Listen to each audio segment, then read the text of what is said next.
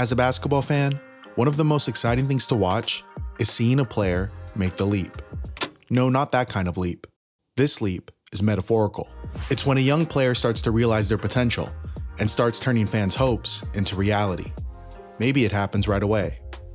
Maybe it happens a few years in. Maybe it never happens. Although since there is no actual way to quantify the leap, maybe I'm full of it for even trying to point it out. All I do know is that you know it when you see it. I know the feeling it produces. It's good! Corral and Leonard! It's when, as a fan, you start to think maybe we have our guy. Watching Cade Cunningham play, it's easy to see why he drew Luka Doncic comparisons out of Oklahoma State. He's a ball-dominant guard with size and an all-around game. Sound familiar? Though up until now, he's looked like a poor imitation. In his first 3 years, Cunningham won 32 out of a possible 138 games. From 2021, when Cunningham was drafted, through 2024, the Pistons have accumulated the most losses in the NBA. That's 24 more than any other team. 2023-24 was historically bad.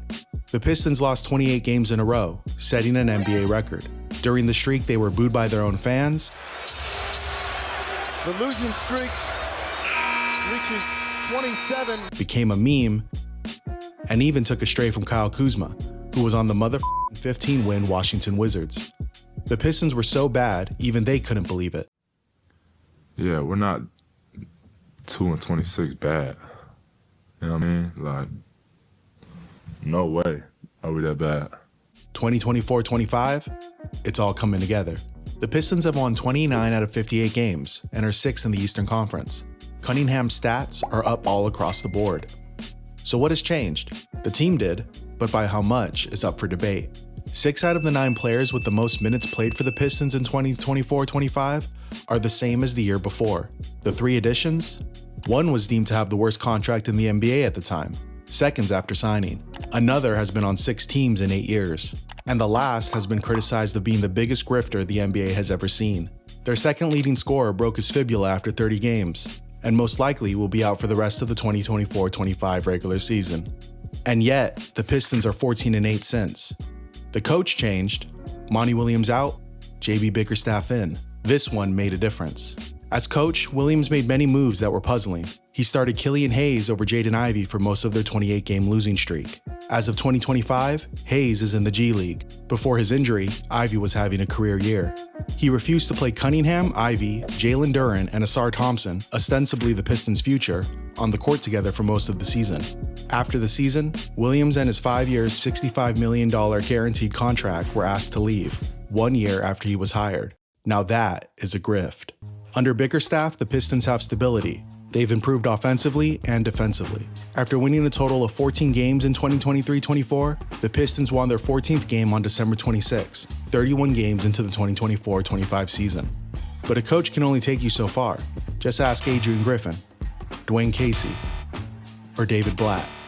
No, the main reason why the Pistons went from laughingstock to playoff contender just 1 year later, look no further than Cade Cunningham. 3 years in, the expectations are finally starting to become reality. He made his very first All-Star team, and his offensive game has gone up a level. He punishes smaller guards. He punishes slider players. But what's really stood out is his passing. He's torching defenses for doubling, and still torching them if they don't. Seem familiar? I'm not saying Cunningham is Luka Doncic, or that he ever will be, but with Cunningham as the main piston of their offense, being flanked by 3-point shooters and a lob threat, it's looking like a pretty good imitation. Circling back, I think this is the main indicator of a player making the leap. A player starting to not only elevate their game, but elevate those around them. Usually, the wins follow, and people start to notice. Let's play a game. Can you name the leading scorer on the 2000 Bulls? How about the 2011 Bobcats? The 2023 Washington Wizards? Here's a hint. History doesn't remember good stats on bad teams. It barely remembers good stats on good teams. A player that makes the leap doesn't guarantee anything. Not a championship, or sustain success. Hell, the very next year. Zion Williamson in a familiar spot on the bench in street clothes. But it is a necessary step to where rebuilding teams want to go. And in Cunningham, it seems like the Detroit Pistons are finally heading in the right direction. Yeah, we're not 2-26 bad. You know what I mean? Like, no way are we that bad.